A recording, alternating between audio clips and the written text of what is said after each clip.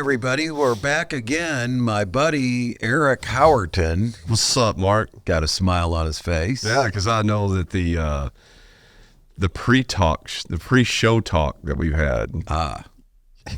You're in a mood, bro. Well, you are in a mood. Listen, after 4-hour Zoom meetings, it just makes you want to explode. Okay. Well, you're freaking. I have no tolerance for it anymore. Yeah. I just don't. So we said it at the last podcast. We're probably unemployable. Okay.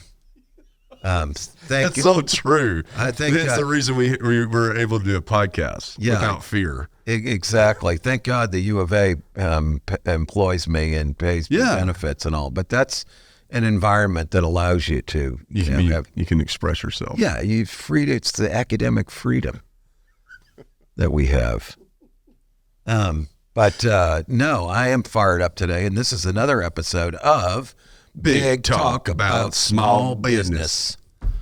Hey, we had the last show. We just released it. Yeah, with our wives. Yeah. I thought that was pretty awesome. I did too. It was really good.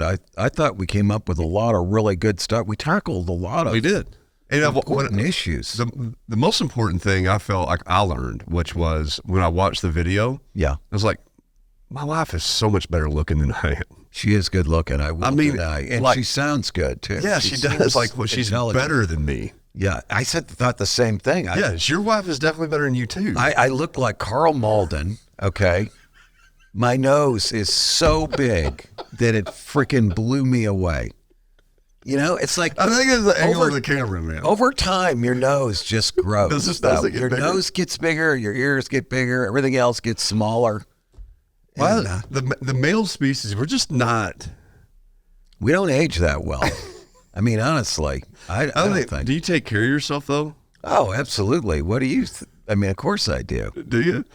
Like, I don't think I take not nearly as much as my wife, though. I'm kidding. No. Like, what did you eat for lunch today? I had steak and shake cheeseburger with fries. I had a McDonald's sausage McMuffin with hash browns and 2 donuts during my Zoom meeting. And tonight, maybe I'll have some ribs or something, you know? Maybe. Do you think our wives are eating like that? Oh, God, no. There's no way. I think Sonia starts out with like kombucha, you know, have a salad at lunch, you know. She'll eat like half of her dinner. Right. It's like for the next day and not eat it. We went out last night. Lotions and stuff. Like, my wife, sometimes the skincare regimen. My wife will...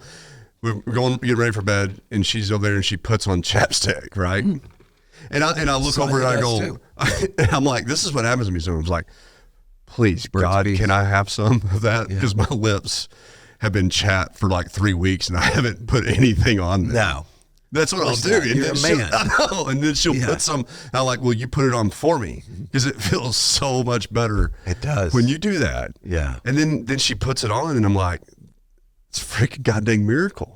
Like I feel like a new person again. I know. But I hadn't put on the chapstick. But there they are lathering themselves up all the time. Just staying. Oil of Olay and all that stuff. I don't know what the hell it all is. I don't either, but it's great. Yeah, it is. We're lucky. But I will say this, though, one thing. No, honestly, I do think keeps me going is I move a lot. I don't spend a lot of time sitting in one place. Right. Which is part of the reason why I'm unemployable in corporate America. But, you know, I just don't. You couldn't sit behind a desk. No way. No, if you know that if you move a lot, that actually, you know, you're less likely to be overweight and all that. Although I could shed a few. Yeah. Undoubtedly. But I just move a lot. But if you didn't, you have to give up those ribs. Mm-hmm. I don't want to do that. I know you don't. I love those Chili's baby back ribs. I don't care what anybody says. Oh, I haven't had them in forever. Are they good? They're good. You get them dry.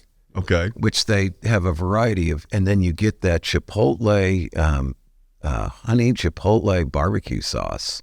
And they're just fantastic. It's the one thing Chili's does really well. Really? They have a good like cheese dip though. Yeah, they do. That's pretty cool.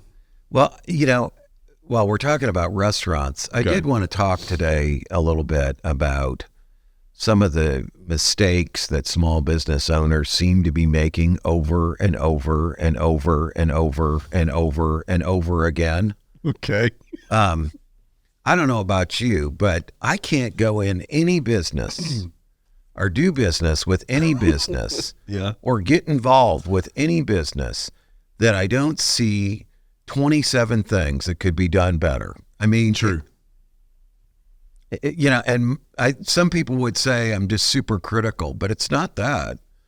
It's just that things could be done better. They're within the business owners and managers' control. So you talk about when you get involved in a business, or when you go, just like you went to Steak and Shake today. Yeah, I did. I went to Steak and Shake today. Did you notice things?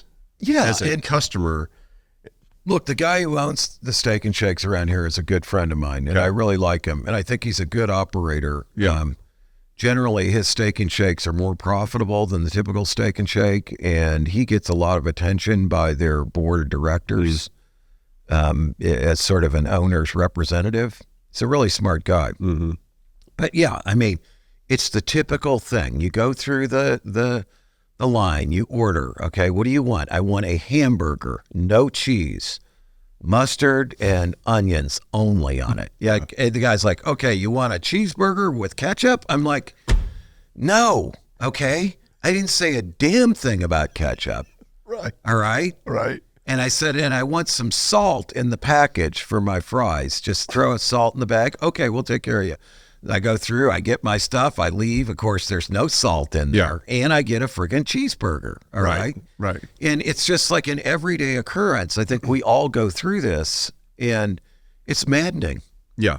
It really is. It's because they have the owner has the control to do something about that. Yeah. And like I said, I don't want to be critical of my friend who's the owner. Yeah. It And happens everywhere. I've been like a secret shopper for him before. Yeah. Like I go in Steak and Shake, and he'll say, okay, what's going on? How many people are in there? How long did it take them to see you? Yeah. And if there's any problem, man, he jumps on it immediately. He's going to be on this one. Yeah, well, he is if I inform him of it. Yeah. But no, I think, and again, I used to be a Vistage chair. You know what Vistage is? I do. It's a CEO support group. Yeah. And I think they do a lot of good for a lot of business owners who basically have nobody else to talk to. Right. And you can put a board together of your peers who are other business owners, and share issues and problems and opportunities and get some input. That's the good part about it. The bad part about it is that certain sort of philosophies or buzzwords get used routinely in tons of communication, in whether it's the speakers or whether it's what you see online and all. And I'm not saying this is unique to Vistage, but one of those axioms that people have is work on your business, not in your business. What do you think of that? I hate that. I do too. I mean, there's zero way. In fact, that's usually the crux of every problem in any business that I'm ever involved in. Period. Doesn't matter, big, small, medium. You're right. Matter. You're absolutely right. Because the people that are working on it and not in it they don't understand what the real problems are. Yep. And then therefore they can't solve it, and that causes the bureaucracy. That causes the politics. That's caused the alienation. That causes the turnover of the staff. Right. I mean, how many times have I seen staff turnover because their problems aren't solved? They can't be solved. Yeah, right. And they just get frustrated. Yeah. I mean, and then of course, then you lose clients. That's why your business degrades. Yep. That's also another reason why companies can't be innovative. Yep. And I've seen that happen 1,000 times. I deal with that a lot, right? I mean, if you're not working in the business, understanding what the market needs and what the clients need and the customers need, you're not going to have a business. You're dead. I never really thought about that, but you're right what you said about innovation, because what happens is the bureaucracy tries to take over for sort of common sense from the top. Yep. Yeah. And then once you have the bureaucracy, then innovation just grinds to a friggin' halt. It just gets so slow. Well, you know what they're doing is they're going kind of to like a visage group, whether that be the board or that be a group of other people that are involved that have different reasons of being involved in your company. Mm-hmm. And they're taking the attention of the leaders to where it becomes a different reason as to what the products and services are that you're providing. Because you're not talking to your customers anymore. Right. You're not talking to your team. You're not talking, that's a good point. You know, you're over here figuring out what the strategizing. What the investors want to see. Yeah. Right? And that's another issue altogether right there. But the investors, are they working in the business? No. They don't know. No, they care about one thing. Monies. Yes. You know, and then it's true. You get your consultants. They care about their monies. You know, everybody's they're consultants too often. Ooh. They want to con you.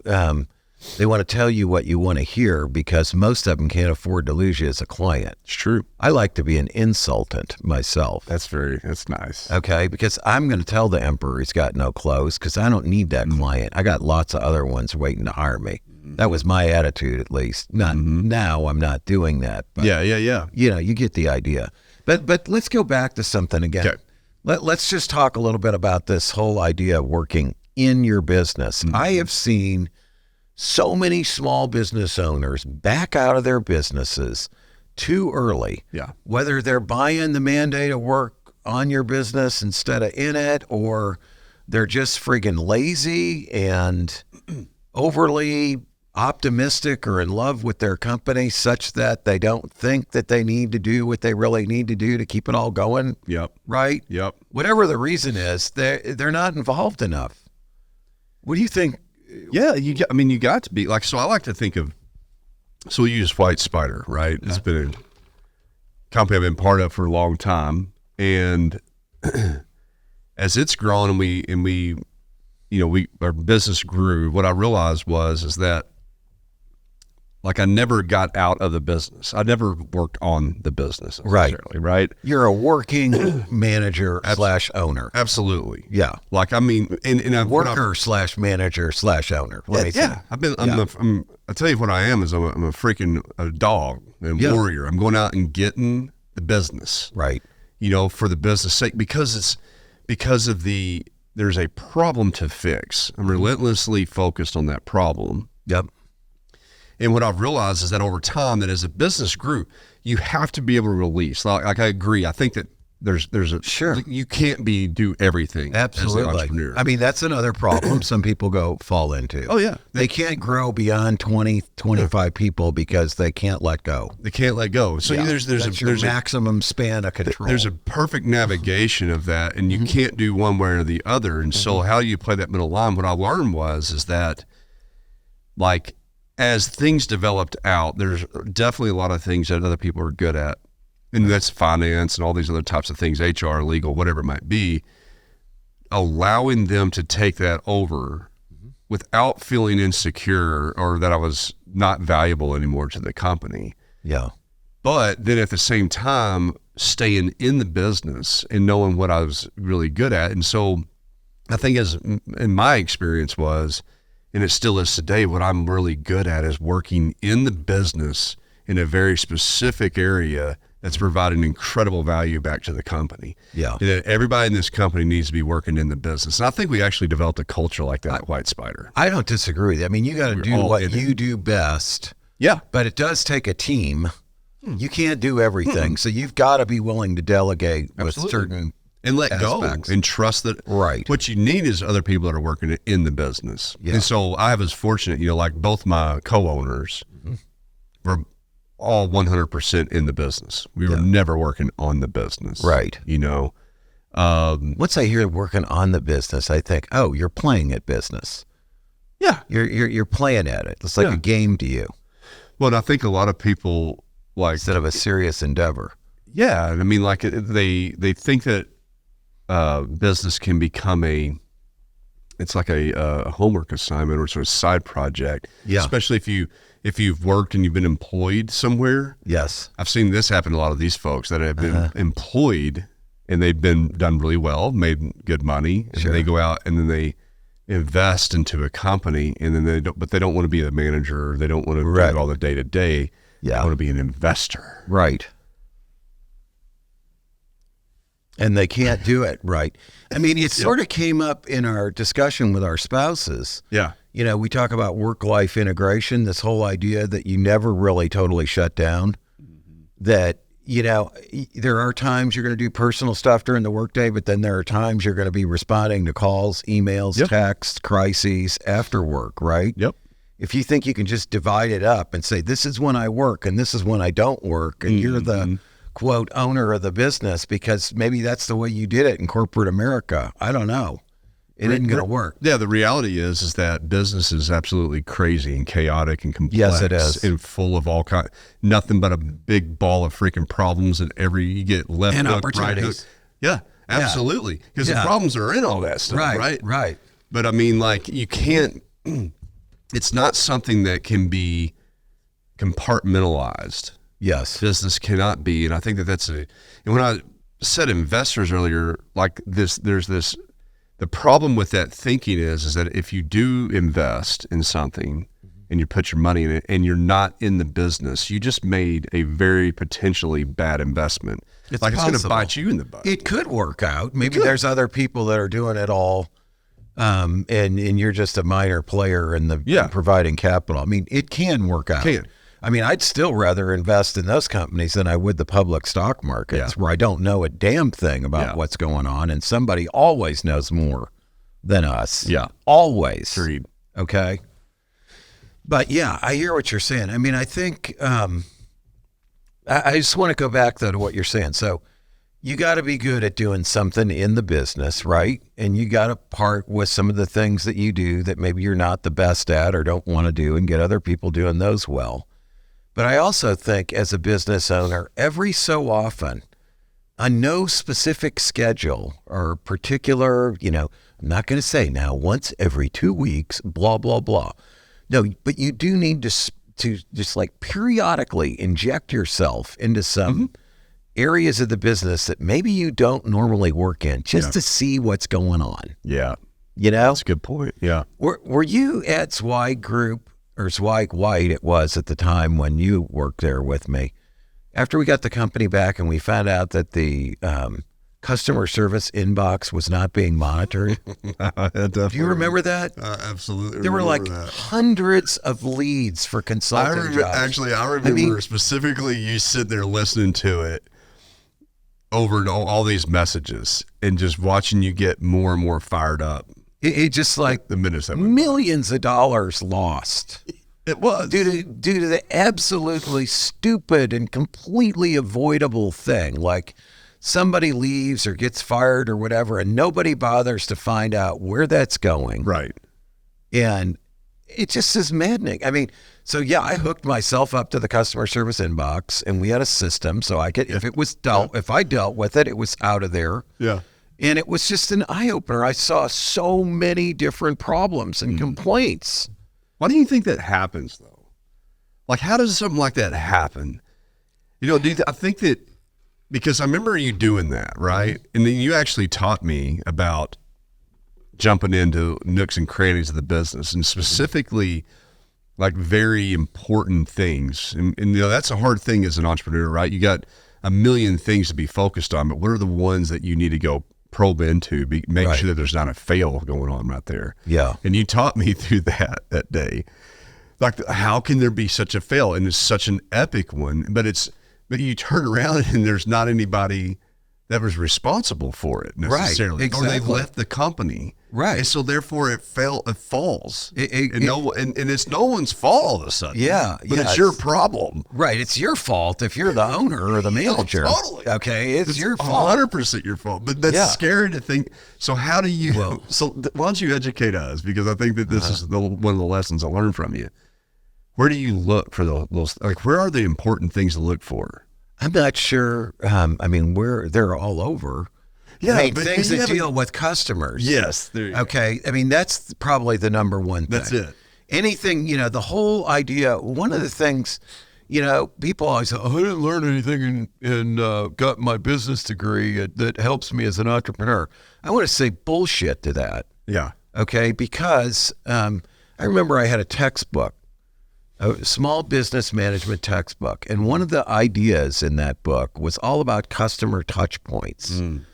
Now, they never talked about that when I went through marketing education in the 70s and my MBA in the late 70s. I never heard this term touch points, but it was a beautiful concept. It's every single way your customer interacts with your business. It could be hitting your website. What happens? Making a phone call to it. It's Google. It gives me directions to go there. They're wrong. Yes. Okay. Yeah. To, you know, the actual contract or a proposal or the product delivery or customer service after the sale. All of that is a touch point. And you can go wrong in any one of those. And if you look at the whole process from A to Z and you start getting involved in those touch points, that's where the rubber meets the road, baby. That's where some thing. Oh, I love it, dude. It's so true. No, I'm glad you shared that because that is like I didn't really understand like where you were coming from on that, but that's what you're doing is like you're looking at these customer touch points. Like I think you're subconsciously doing that, and and that's why you'll actually go check the phone messages. You're like one day all of a sudden, hey, there's a touch point. Oh, and you just check exactly. it. And then you're like, I'm not going to check it every day. No. Okay. But then you discover this, you bring up this hornet's nest. It's like you go into this tree and you grab the beehive and bring it, and all these freaking bees are swarming all over the place. You're like a honey bear. That's what you are. You're a business problem honey bear. Or it's like you buy an old house that's a wreck and you start gutting it and you find out it looks pretty good. I mean, I've had some of them that like you could go in there, we could live in it and be totally comfortable. Yeah. And then you open up the wall and you find out everything inside is completely rotten. I did this rock house. It was supposed to be Fulbright's first house. Yeah. It looked pretty good when I bought it. So we start gutting it in the entire, under the windows in the front of the rock house. We peel the plaster off and there's no studs. It looks like a fire. They're gone completely. They rotted away from years of water leaking in there. There's no insulation. There's no studs. There's no, you're looking at the back of rock, the sheathing on the outside of the house even rotted away. Okay. And you're like, oh my God. Yeah. But it looked good on the surface. You know, hey, we're doing okay, you know. And yeah, you're right. I mean, you got to get into these things, but I just thought that touch points thing is just such genius. Because the voicemail is one that gets often overlooked. Like I'm sitting here as we're talking, thinking about, God, I wonder what the voicemail's like back at White Spider. It's on a cell phone, right, that I'd set up like years ago because I was working in the business. Sure. Like I set up the phone. You're doing everything. Yeah. Well, it starts out, it's you. Yeah, I get it. But I mean, but even after, like this was like only 2 years ago, and we started like a decade, but 2 or 3 years ago, I got the phone connected to a cell phone because we were moving offices and I was going to be damned if we did not have a way for our customers to get a hold of during us. that time. That was what was going on in my brain looking back on it now. Trying to give really good customer service. Yeah, and then I set up the voicemail because I wanted to make sure that the damn thing was working in case somebody needed to get a hold of us. And then I held on to that for like months. Yeah. And then I gave it to somebody. Right. And I'm scared to death. To find out what happened. I know. See how many unanswered voicemails listen, or missed calls there are. And you know, you got a pretty well managed company, obviously. It's growing like crazy, right? And you've been very successful and you can still have these things. I mean, another company I work with, I just, one of a few weeks ago, I just get this email that said, you're now the Facebook administrator for our owners group. And I get in there, and the first thing I see, that was the first mistake that they it's like 90 inquiries from people trying to get on the group, and some of them go back to January 3 or January 4, and some of them are direct leads from people who want to buy stuff from us. I was just like blown away by that. You know what I mean? How did you react? Well, the first thing is I, of course, reported it to one of the owners of the business who in turn informed me that he's the one who assigned me to be an administrator. Right. Because he knows I'm keeping an eye on things. Okay. And so that was the first thing. You to all by. And then when he told me who was supposed to be responsible for it, then I contacted that person directly and said, hey, this is what I found.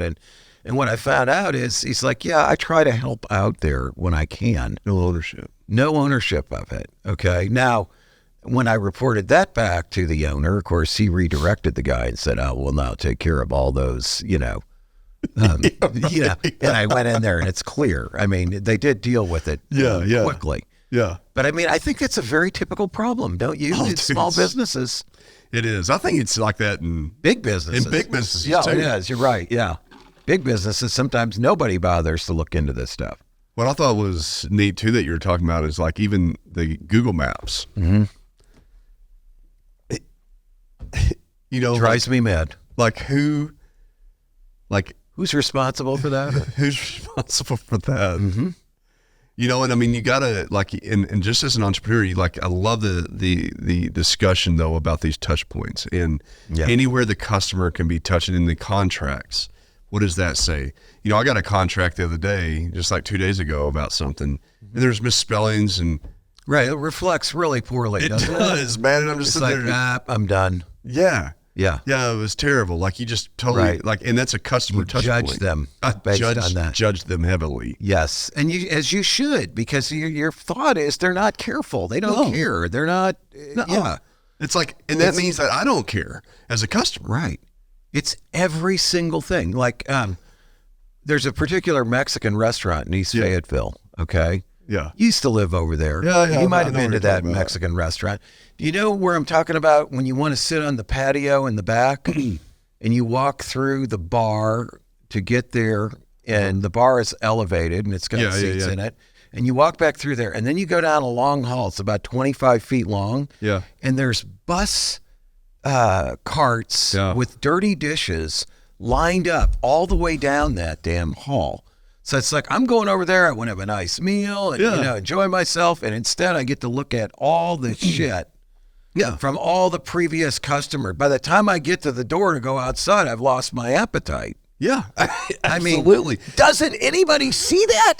If I was the owner of that business, I came there and I saw that, I'd be like, what the hell is this? Get this crap out of here now. Clean this up. I don't want to ever see this. Our customers should never see this. Yeah, absolutely. Why isn't somebody saying that? I don't know, because it's disgusting. And you're a restaurant. Yeah. Your whole, it's all about the experience. We're not trying to be nitpicky. Yeah, we're not. But it's a basic thing. Yeah. You're in business. Mm-hmm. And you got to understand when you get in business, you got to put your best foot forward every single day. Amen, brother. You know what I'm saying? Yeah. You don't half-ass a business. It's like a baseball team or something. You don't go out there right. not going to give it your best that night. You don't show up for the game not to win. Yeah. That's one of those that's thinking, okay, just as long as you played your best, then that's all that matters to me. You're not even playing your best. Yeah, right. Don't tell me you're playing your best. Oh, I'm sorry. It doesn't matter if you win or lose. Yeah. Just have fun. That's the mentality of that type of, that's bullcrap. Hey, losing money ain't fun. I know. And that's what happens in business if you don't win the game. You know what drives me? You know what drives me absolutely insane? I'm just probably going to piss somebody off. For restaurant business. Okay. I absolutely refuse to go to restaurants when they're closed on Monday. Dude, I am with you. Are you? Of course. Why would everybody close on Monday? I mean, Eric, in Fayetteville, 70% of the good restaurants are closed on Monday. What? I mean, I'm like, you don't have to be a brain surgeon to go, you know what? I bet if we're open on Monday, we'll get a lot of business from everybody else being closed. What do you think? Wow. It's the worst thing. You're a genius. It's the worst thing ever, man. It's so ridiculous. And it's so bad in Fayetteville. It is. Well, our workers want to have time off too. Get some different workers then. Have a different team, okay? Come up with a different plan. Yeah. Because that's a customer touch point. I pull into your Let business. some people be off on Monday and some people be off on Friday, but we're open Monday and Friday. Jesus. I didn't know that was gonna. But you really so. Of course, it's a great frustration and it's idiocy. And if you want to make money in the business, you start thinking about doing things that your competitors are not doing. If they're not open, you'd be open.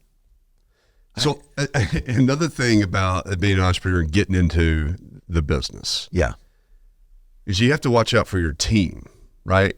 And so sometimes the team may not be thinking the way in order to grow in the business. So I have one person, he's actually right above us. I know he can totally hear us. Okay. On our team that's been struggling with his capacity. Okay. It's because he's working on something, like a specific thing, but he needs to be able to graduate past that. Right. And so he remains stressed out. We just had lunch about this. So what I had him do so basically, okay, we're in this video room right now.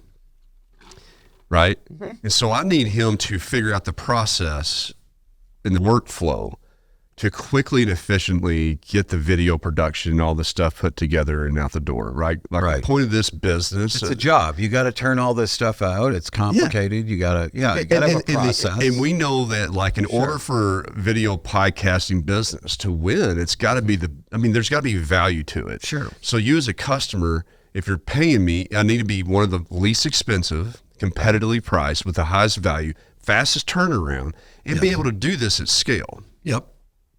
But we got this guy, Parker is his name. Yeah. So we're totally going to he's great. Yeah. But he's too busy editing the podcasts instead of building the process. So he's got to figure out how to edit podcasts faster or get somebody else doing it. The second one. Yeah. But he's so busy editing the podcast, he can't work on the process. Right. Well, he's quality conscious. He's conscientious. He's thinking like a craftsman. He is what it is. But he needs to be thinking like a craftsman. He needs to be thinking like what, though? The superintendent, maybe. Like the business. Yeah. No, I mean, I get that. So I've worked with a lot of people, a lot of engineers, designers, architects, creative people. There are a lot of people who have that sort of wiring, I think, don't you? Oh, totally. I'm sure I was actually that way. Software developers, there's some of them like that, right? Yeah, I mean, like, but I think it's important, though, what I'm happy about what I did in this is that I see Parker, he seems stressed out and overwhelmed, and you can see it on somebody's face. And so as an entrepreneur, you gotta be. You don't want them to be feeling that. No. You care about them. Exactly. Yeah. And so I started figuring out what's going on. I'm like, well, why are you still editing? Like, in my mind, I'm like, I would have found somebody else to do that long ago. Because we're thinking like as an entrepreneur. Right. But sometimes you got to go touch base with your team. We might think, well, I don't want to spend the money. I'm trying to keep the overhead down here. We're trying to grow this business and not just burn through cash, et cetera, right? Yeah, that's right. So you got to let them know that's okay, because in order for us to get to where it has the volume that it needs to pay the overhead, we got to grow. Therefore, we need to expand what you're doing through other people. That's right. It's the bottom line. Yeah. And so you're educating them. You said you got to. But see, I think the point is, like, you got to be able to look into your company and find because otherwise there are going to be just problems that brood. And the sooner that you can go into that and help make that change, the better and the more the company will grow. And so what I did was I grabbed him, I was like, listen, I talked to him about it, figured out what was going on that was keeping him stressed out, and then he helps me identify it. And then when I did, though, I was like, listen, okay, in 2 days, for the next 2 days, I want you to spend an hour every morning coming into the office, and I want you to write down this process for video editing. Mm-hmm. So now that's the beginning of being able to get somebody else to do it. And then I'm going to meet with you 3 days later, and we just got to have lunch today. Right. And he sat down and he showed me this document. It's a simple document, but it outlined every process. And I was like, okay, go back, we made these notes. You refine that process. Don't create more processes, the things that need to happen. Right. What is it doing today? Right. Yeah, that's a good point. Right. And so the goal, though, is next week he's not going to be doing these anymore. And so we've been able to get through that, and now he's got an outline of a process for somebody else to come in and start doing the work while he's building the new process. This will allow him to move up in the terms of what he's doing and make the business advance. There you go. Yeah, it's common sense. I mean, I totally understand. Yeah, it makes total sense, but I think it's very typical of the problems that one can encounter. I'm not trying to go off this subject because I think it's a great example. But there's another one that I got out of a textbook I was just thinking about the other day that's really, really a good idea. You may be familiar with this. Well, there's two. There's two other concepts that I learned from a small business textbook. One of them is the lifetime value of a customer. Oh, yeah. So, they go into let's go back to the fast food restaurant. Okay. They go in there, they order their fries taste like shit, they're cold, they're like, lousy fries. I'm not going back to Burger King or whatever it is, right? Mm-hmm. And then if you went back to the employee that served up those cold and mediocre fries, they'd probably be like, so what? Yeah. So the guy doesn't, he didn't buy it. We would have made $1.32 profit on that guy's meal. Big deal. Okay. But the problem is when you start looking at the lifetime value, what if that guy comes in every week, right, for 52 weeks out of the year for 10 years? What's the real value of that customer? Huge. If you look at all the revenue, forget the profitability of it, because that's going to be impacted by the volume of the business. Right. Because that overhead's going to be spread out over a bigger number, right? Mm-hmm. But if you said they spend $10 a day, they come in once a week, they do that for 10 years, that's $5,200. Yeah. From serving up a lousy order of fries that you lost. Yeah. I think that's a really important thing when you start talking about trying to get the people in the business to understand the significance of what we're doing. Yeah. And that's a hard thing to communicate. It is. But I think it goes back to your original point. Yeah. If you're working on the business, you're never going to see anything. Number one, you're not going to see it. Number two, you might think it's a marketing problem. Your revenue's declining. Maybe it's a marketing problem. We need to kick up the advertising, right? No, that's still true. But the biggest reason, though, that's a problem if you're working on the business. Why would I ever, if I was the person making the bad fries, give two flying craps about it if I don't ever see you as the owner caring about it? You're right. The leadership. Of course. You've got to set the example yourself. I think that's such an important part of why you have to do some of these mundane tasks occasionally, right? Yeah. That's part. That's so in a big talk about small business, right? In order to be successful in the small business, people, and because you're the entrepreneur and the owner that's around and working in the business, people will respect that. Yes. They will have confidence to follow that. Yes. They will not allow things to slip by as often. Right. Because they know it'll impact you. And if you're a good leader like that, and not even trying to be a good leader, something that used to upset me a lot is like trying to learn to be a good leader. I know that you're always trying to be better at everything. Oh yeah, I know you. You're totally. So conscientious. Oh, totally. Just dedicated to self-improvement. I think that's an after. You really are. That happens. Like you drive to perfection in conquering what you're setting out to do, and then you're just there for just a lot of times by chance being a good leader that people will follow. Right. Because you're doing the right thing and you're doing it. You're demonstrating. Yeah, you're demonstrating. Leading by example is the most powerful form of leadership. Always is. Exactly. So that's a big problem if you're not willing to work in the business as a small business owner, then you're going to be suffering. Yes, quite a bit. To your point, I really think it's a big, big problem. Here's another concept that I think is really great out of a textbook for small business. And Lord knows you've been a marketer for however long you have, long time, right? And you know this is a problem. Identifying your ideal target customer and clearly communicating that to everybody in the company. Mm-hmm. One of the tactics we used to have people do as students in their new venture business plans is make up a graphic, of the ideal target customer So, yeah, you're going to stereotype, okay? But it's going to be a certain type of person, a certain age, a certain sex, wearing certain clothes, listening to certain music, driving a certain vehicle, living in a certain kind of home, okay? And the more you can have that absolutely burned into your brain clearly, visualization, for everybody in the place, then everything that the business does is going to line up with that and be consistent with that expectation. It's true. And that's a thing of beauty. When you do that, man, the business is going to explode. It's very true. It's so, so true. You know, I'll have to admit, like, so I have a very clear picture. This is my problem. Like, I'll have a very clear, very, very clear picture of our target audience. Now, I'll deal with one.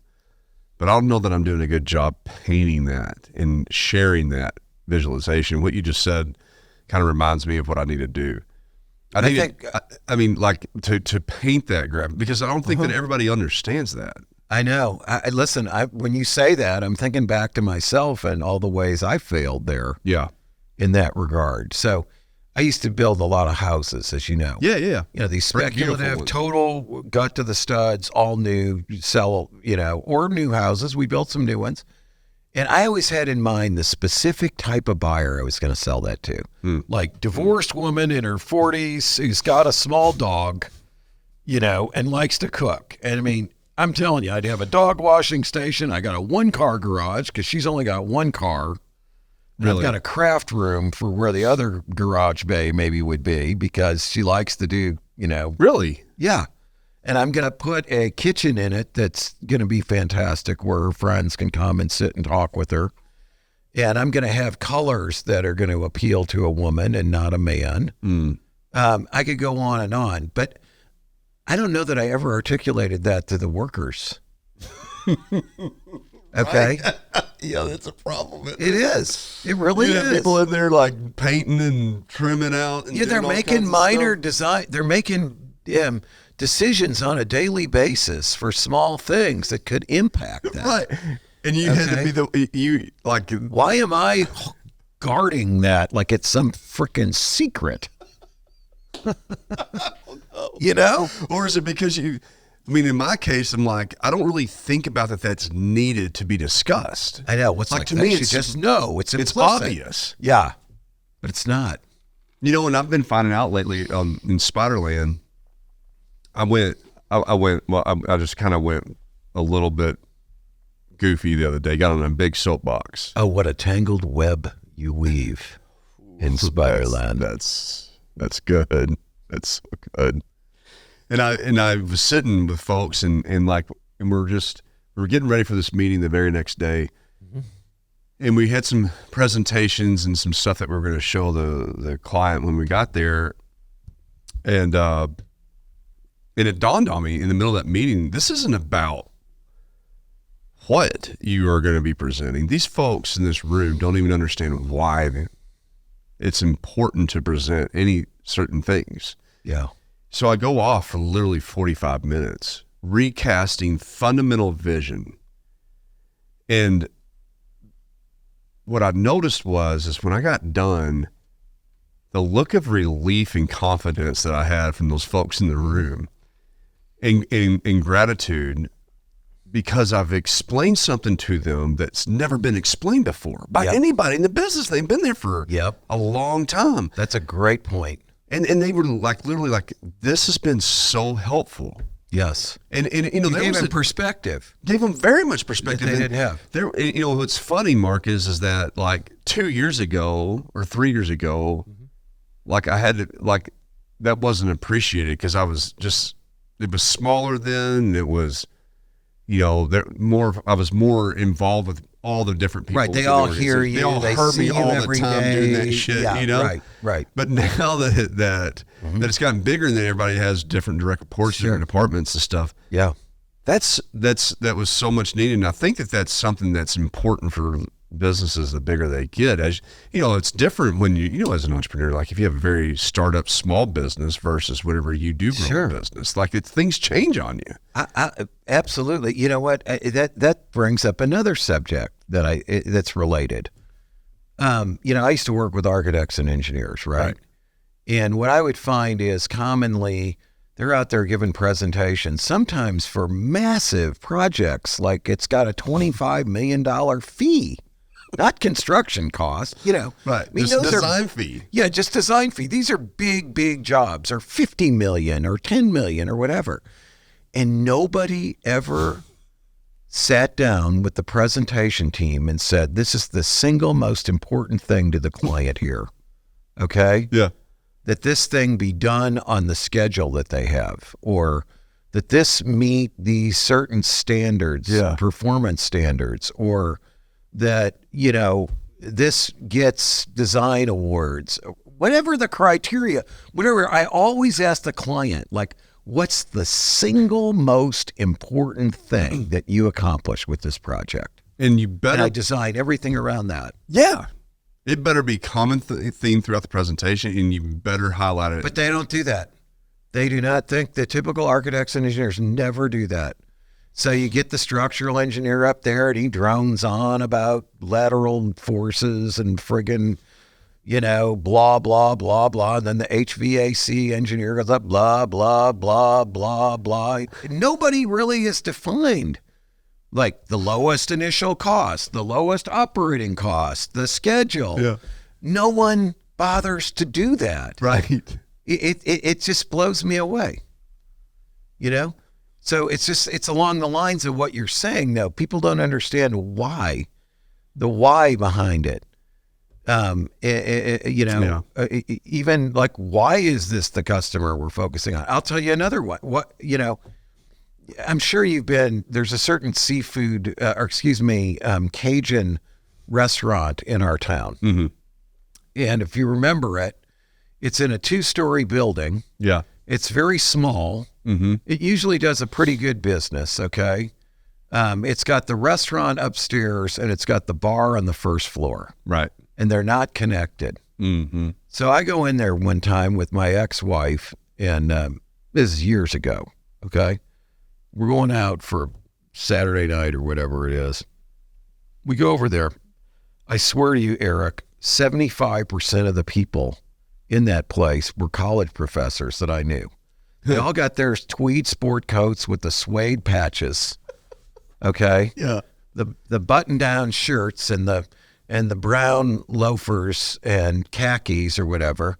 And they're sitting around sipping white wine, okay, listening to Sade on the nice. on the CD playing in there or whatever, Am I painting a picture for you? Oh, yeah. They're 40 to 70 years old, highly educated, sipping their wine, listening to Sade, planning to get their Cajun dinner or whatever. So we get in there. It's like, I'm sorry, we don't have a seat for you now, but if you want to go down to the bar and wait, we'll let you know when we've got a table. I'm like, okay, where do I go to that? Well, you got to go outside. I'm like, what? Okay. The wife had her heels on. It's winter. It's slippery. Yeah. She wasn't that graceful in heels in the first place. But we get down, we slide on down the hill because there aren't even any good stairs to get down there. Right. And we go in and we open the door of this bar. What do I expect to see when I go in there, you think? I think from your previous experience upstairs, you'd expect to see more of the same. Exactly. Same atmosphere. Right. Sade. Shore playing. Sade. Yeah. Shamor Sade. Shamor Sade. Shamor Sade. And something nice. Right. And you know what I find when I open the door? No. It's like I walked into another world. The place is empty. There's about a 25-year-old bartender back there smoking a Marlboro. Hell yeah. There are crushed Budweiser cans on tables and ashtrays full of cigarette butts. That actually sounds great. And there's a game playing somewhere, okay? And I'm like, the dude's wearing shorts and friggin', Fayetteville T-shirt or something. I was like, what happened here? Yeah. Why would those people send the type of customer that we are down there to that bar, which is clearly aimed at college students? Right. Totally, like, stick on the target, man. Yeah. Who's your customer? Who is your customer? Right. And are you doing everything to appeal to them? You've got daughters, okay? Yeah. Now, your daughter now is probably old enough. Well, I don't know. She's not old enough to remember when Abercrombie was what every friggin' teenage girl wanted. Right. Okay? Right. So, I got an older crop, and I'd go over there to the mall. Did you ever go in that Abercrombie store? Oh, yeah. It smelled like cologne. The smell, exactly. It would knock you out when you came in. The music was always really loud in there. Okay? Lights were dim, but yet freaking spotlight. Looked like you were walking into a concert. Exactly. Okay. Now, me, I'm an old guy. I would be like, okay, you kids go in there. Yeah. You find what you want. Come out, get my credit card. You can go back in and pay for it. They knew their audience, though. They knew their audience. They knew exactly who their audience was. And boy, did they go after them. And they were very successful at that time. Absolutely. Doing it. Absolutely. And you got, every business has got to know its audience. And the touch points that they had, too. Right. You can't please everybody. No. I think a lot of small business owners think that. Yeah. It's like you see these stores, and I've seen the financials on a lot of them because my students have to work with a small business in my small business class, and one of the requirements is you get the financials. Because I'm not going to sit there and come up with some BS program to increase revenue and profits and value when we don't know anything about them. Mm-hmm. That's just dumb. I want these guys to have specifics and be able to really talk about what the changes that they're suggesting these business owners make, what they would do for the business. But in any case, I've seen some of these businesses where they make no money year after year after year, or the owner works 50 hours a week and they make $15,000 a year or some other stuff like that, And then you look and you talk with the owners and ask them who their target customer is. And they're so far afield, their offerings, that it blows your mind. I had students work with this retail business 3 years or 4 years, in a row. And the owner of the business said, when they asked her, like, who's your target customer? She said, it's young women from the ages to 18 to 25. Now, when you go in the store, you know what she was selling in there? Oh. Expensive gourmet pasta, note cards, expensive dish towels.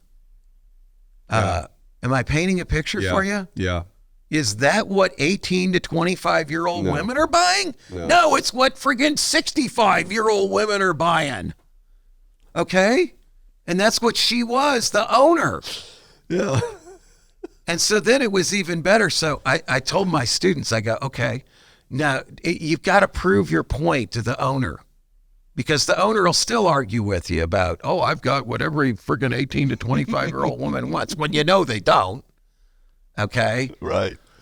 And so I said, okay, now put yourself out a little Survey Monkey study online and say you got to be a woman 18 to 25 to respond, all right?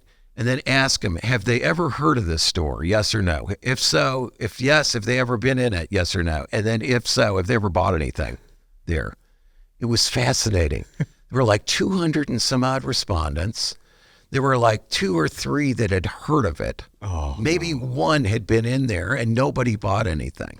So now terrible. You can go back to the owner and go, look, if this is your target audience, you're missing the boat. You completely missed the boat.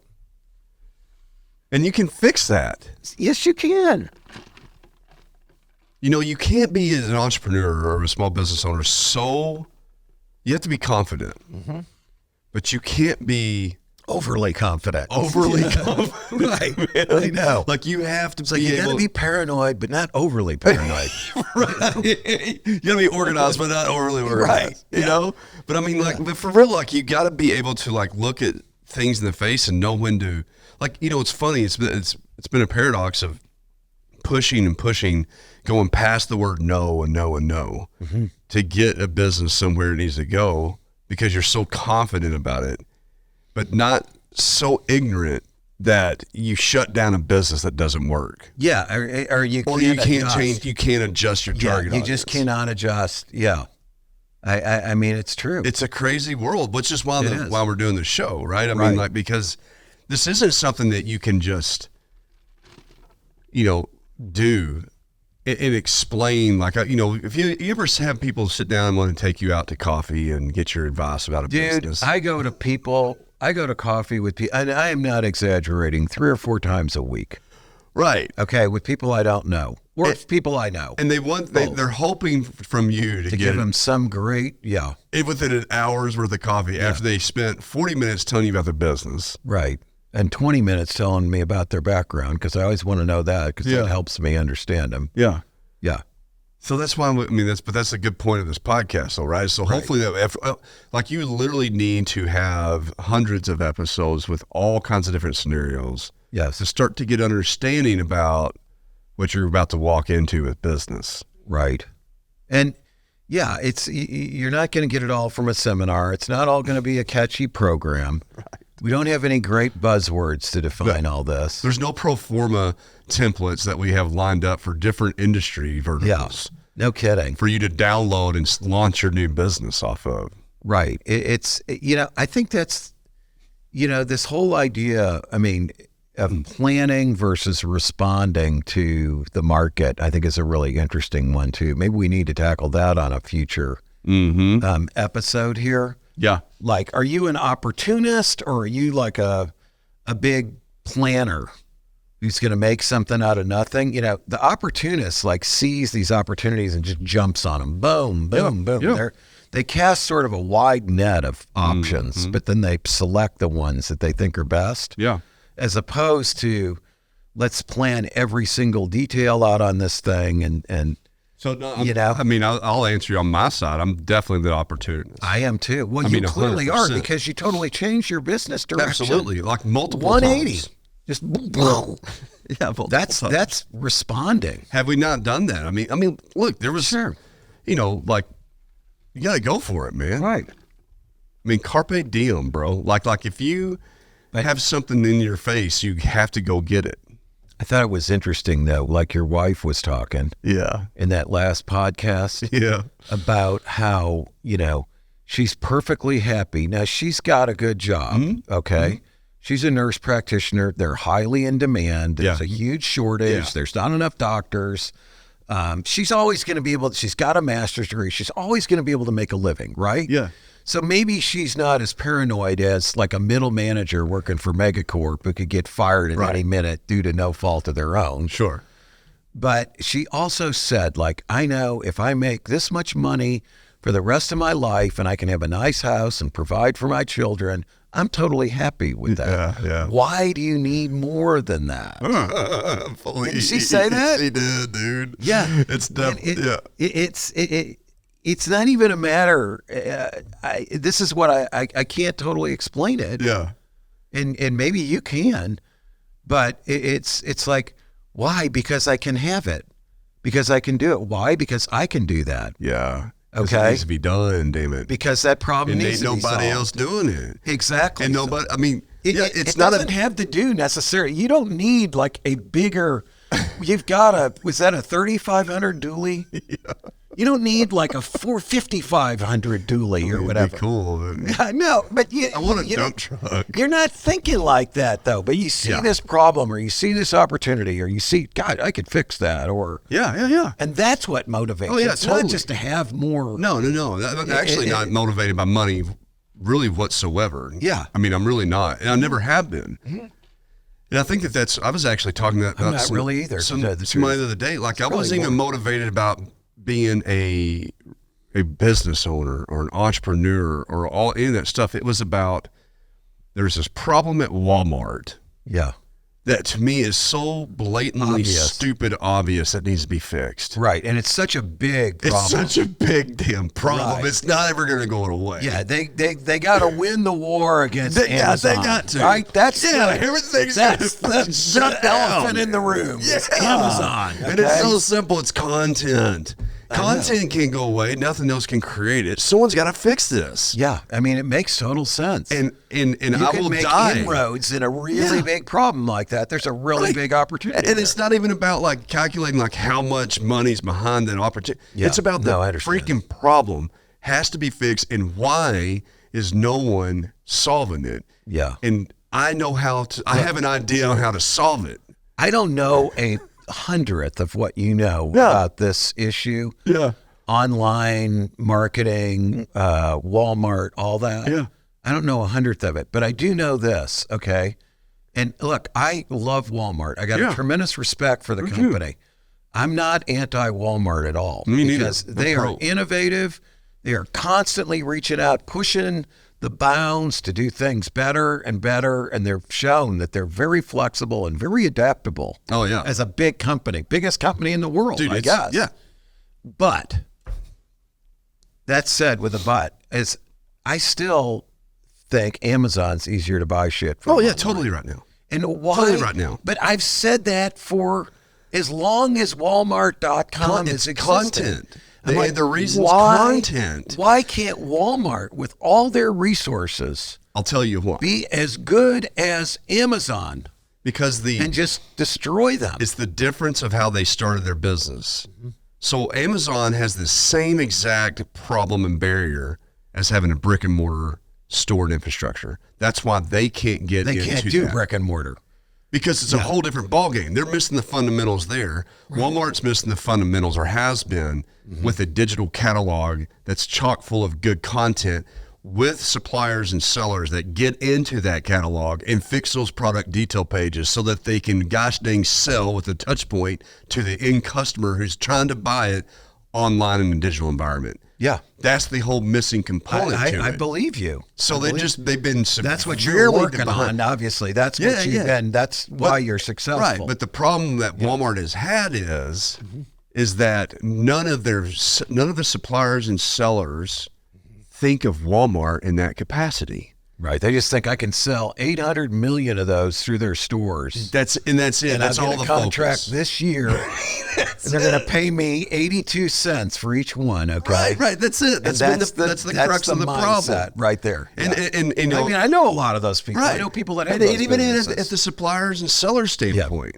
Yeah. Like there's the mind is blocked off of there are people that are dedicated to this brick and mortar type business versus this digital business. Is so you have a dividing of that house. Well, teams that focus on a .com pure play. Well, we're talking about big problems in big companies, which this is obviously, right? And opportunities. Right. I understand the same thing's going on at Ford right now.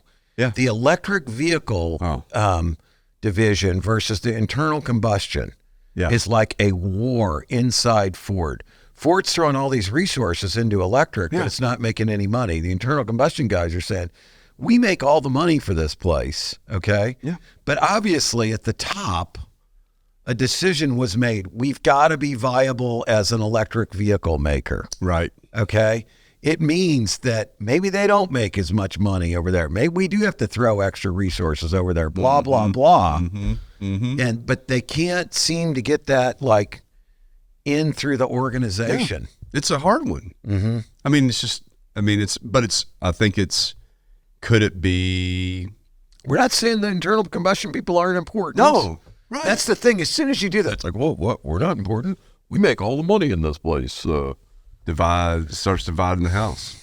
Which I think to you, what you said about Walmart earlier, and I've watched it over the last few years, it's been painful. You know, there's been a lot of decisions that have been painful that Walmart's had to make, but give them credit on their acceleration and making those decisions and getting the shit in the right. In spite of how big they are. Dude, look, it's going to go down in history as one of the greatest triumphs ever. They impress me every step of the way. I mean, they got a lot of bad press when they had their salaried workers working 39 hours and not getting benefits or whatever. They responded to that instantly. Now they pay for their freaking college educations, okay? Yeah. Their starting pay is better, significantly better than you'd get working for anybody else in a similar job. Their ethical practices, their sustainability practices. They're the number one provider of organic food in this country. People don't realize that. Yeah. Yeah, so it is possible, but anyway. If Megacorp can do it, why the hell can't you with your shitty little $1 million a year business, right? Right. Or $2 million or $5 million. It's or about whatever. getting in it, man. Yeah. And I think that kind of goes back to the point, like that's the that problem has been my driving, motivating factor. And then any other opportunity that comes up that I see that I feel like needs to be fixed. Right. And so, like, to your point earlier with Tara, like, she's comfortable. Sure. And, to have that kind of lifestyle, there's zero chance that I could ever do that, because it will drive me absolutely insane to see something that needs to be fixed. But see, from her point of view, though, and this is why we had that conversation with the spouses, she thinks, I grew up in this chaotic environment. Yeah, sure. I Absolutely. provide a rock solid environment for my kids. Look at how they're thriving. Look at what we've been able to do. Man, that's low stress for me, meaning her. Yeah. Is the way she, Man, and I've got a lot. I've had and as you know, I've grown a lot in appreciating that perspective, because it does help me. Like, I'm probably half as crazy about that stuff as I could be. Mm-hmm. And it does help you to stop and smell the roses a little bit. It's good to get a different perspective 100%. As your partner on this stuff. Absolutely. I think. Yeah. Absolutely. So, all right, I know we went to a lot of places there. We did. But I mean, the point of all this stuff is, if you are a small business owner, better be in it. Or you're an entrepreneur, you better get in it. Better be in it. You better be able to communicate the why to your people. You better be able to figure out how you can innovate faster and reduce bureaucracy. You better know who your customer you're targeting is. Where the touch points are. Where the touch points are, and making them good. Making them all good. Yes. Okay? And you better be fixing a bigger problem than what... I've seen a lot of entrepreneurs get in the business to make money. The wrong idea. I love the fact that you agree with that, and we're sending that message out, because it's a byproduct. It's all it is. It totally is. and it will drive you insane if you try to just go out and make money. Like, you will be absolutely insane. I had a friend of mine. He's the CEO of a successful company. I used to be on his board. Yeah. We sold his company to a Middle Eastern company that I sold other companies to. Very successful, very smart guy. Okay. His son graduating from the MBA program like 10 years ago. He goes, I want you to go out to dinner with us and just help him, get some direction. The son. So I sit down, and I, by the way, I've known this guy, the CEO, since I was born. He was my brother's friend, my older brother's friend, and he remember when I was born. Yeah. Which is really kind of cool that you end up as a director in his company, okay? Yeah. But anyway, so I sit down with the son, like, what do you want to do? I just want to make a lot of money. Oh. What's your passion? My passion is for making a lot of money. I'm like, dude, I basically, I don't even know what to tell you. I can't help you. Okay. There's a billion ways for that to happen. By the way, he's now in politics. Oh. What does that tell you? A bad way to make money? I don't know. Maybe it's a good way. I don't know how they all get as rich as they do when they make like 120 grand a year, and yet they all have like net worths of 10, 20, 30 million dollars. I don't know how that works out. But it seems like it does. Still under table money making. There's something going on. Oh, totally. Yeah. There's something. But anyway, but you're right. It's the money is a byproduct. You got to solve a problem. You got to fix something. You got to do something people want. It doesn't always have to be a big problem, though. I will. Yeah. I mean, I realize you've done that. That's true. I agree. Okay. 100%. I love that. Love that. Maybe the problem is simply that just to go through the drive-up line takes too damn long. Yeah. I can suffer through the same burnt Starbucks coffee and overpriced food items, but I just want to do it faster. Maybe that's fine. And you know what? Yeah. I agree. And if I can do that, then I'll steal a lot of business from Starbucks or whatever. I mean, which is a fun opportunity to go kill, by the way. It is. Like, one last thing. Not only, and I think you might feel this way too, not only is it about solving a big problem, but it's kind of about being a little, I'll show you. Yeah. I'll show you. Yeah, I'll show you what's up. You think you're good, I'm better. Yeah. I once had a woman who was a real estate agent in Fayetteville, been there for 1 million years, grew up in the area, well known. She says to me, what are you going to do when you run out of houses to redo in Fayetteville? Like, it'll never happen. There's an unlimited supply of crappy houses. Make your house better. to be her house. So I could have done a lot with it. It looked like hell, honestly. But yeah, I mean, these opportunities are out there. Yeah. And when somebody tells you can't do something, for us youngest kids in the family, right? Yeah.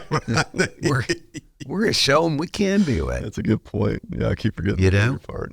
Hey, by the way, your houses are awesome. Oh, thanks. No, they are freaking beautiful. Well done. Wish I had me a Marcus Weig home.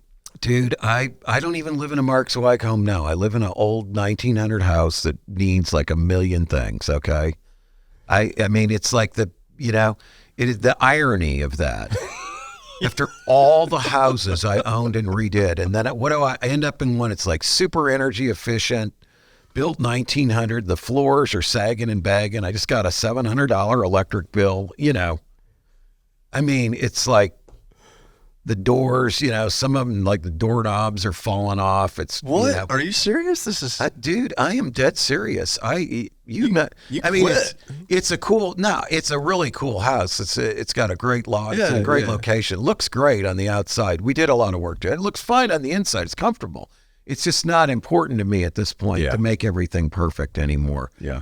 But I will say, and even in my houses, I used to design everything. I did learn over time that Sonia's actually better than me. She just doesn't fall into the ruts that I fell into. Yeah. And that makes it more interesting and I think more enduring from a design standpoint over time in a way. Not to get so thematic. Yeah, sure. Because things come and go. Like right now, it's mid-century modern. I did a few mid-century modern houses. If I was going to be redoing houses now, they would all be from the 50s, 60s, and 70s. Really? That's what people your age and younger aspire to. They want that because their grandparents had houses like that. Okay, my grandparents lived in 1900, 1920 houses. We all want to hearken back to what our grandparents had. I just want to live in a bunker. Well, you're building yourself a freaking palace on a hill right now. It's not a palace. It's like a complete compound of development. I mean, that's going to be wild when you get that thing done. It'll just sit there, and every time I go to the airport, I'll be driving past your property, and I'll look up on the hill. Don't try to come up on the hill, though. And I'll see that thing and see that road you put in, the way it like winds its way up. It's going to be fantastic. Yeah, it is going to be nice. And then you'll be up there like a lord. Okay? The breeze will be blowing through. It's like, just like when we were in second grade, like king of the hill. Yeah, don't try to come up on the hill. Yeah. Don't come up on the hill. But no, it'll be fantastic. Or at least let me know you're on your way. Hey, man, this has been fun. It has been. And I hope our listeners got something out of it. And I will look forward to seeing you. Yeah, speaking of, if you're listening to this and you're enjoying it, right? Don't forget to subscribe. Yes, thank you for saying that. Yeah, subscribe to the e-newsletter, subscribe to the YouTube channel, and actually sending questions. Yes. Or topic ideas. Like, hey, have y'all ever experienced this? That'd be fun. Or if you even want to go as far as like saying, hey, I'd like to be a guest on the show. Yeah, we're not saying for sure we're going to take you as a guest, but we might. Right, absolutely. We'll look into it. I mean, it'd be fun. No, I think that's a great point. We're not saying that because we don't have a guest today. No. We wanted this. Right. I think it's fun for us sometimes. We can be more, in a way, more liberated. Absolutely. And it's fun to do, and hopefully it's educational. But yeah, subscribe, tell your friends. Yeah. Well, I think because the reality is, honestly, talking about solving bigger problems. Right. I mean, of course, we would like to have more folks attending to this, and it's pretty cool, right? It's pretty cool to know that your voice is getting out there, but that doesn't really matter. But the whole point of us starting this thing up was because we know that as small business owners, I would have loved to have something I could list to that has real practical advice. Yes, exactly. That's not a bunch of theory and pro formas and all that kind of stuff. And buzzwords. Yeah. And especially with a lot of the false promises of being a panacea for all your woes rolled into one. Exactly. Or that business is a pitch deck because it's not a pitch deck. Or the whole point of what we were talking about today, which is work on your business, not in it, because that is, can be some terrible advice. Because at the end of the day, I know that what I've gone through, and I've been with Mark when he's gone through too. Like, it's not easy. No. It's not an easy lifestyle. And when I hear people say, hey, I want to quit my job, they've been working for 30, 40 years in a professional setting. They're making good money. See, a lot of people go wrong there. Yeah. And they want to go start their own business because they always wanted to. I have seen very, very, very, very few succeed. Dude, I'm telling you. Yes. That's why, like, the franchise business model, which is a gateway to entrepreneurship, right? Yeah. They sell a lot of franchises to people like that. When you look at the UPS stores or FedEx, whatever they are now, you see the Dickey's barbecues or whatever it is. They sell a lot of those to corporate executives who want to be self-employed and be entrepreneurs. I don't see anything wrong with that. No, I think it's a doorway, but they're not all successful, as you said. No, they don't have the right orientation. No, they don't. We can help those people. We can. Just by listening. Yes. And if you do all the subscribing and stuff, that makes sure you get notified whenever those things happen. Yep. All right, man. Hey, thanks. Been great being with you. And fun show. We'll see you all again on another episode of Big Talk About Small Business. See how I let you go completely solo then? You did. I just wanted to hear how you sounded. You dog. Okay, thanks, everybody.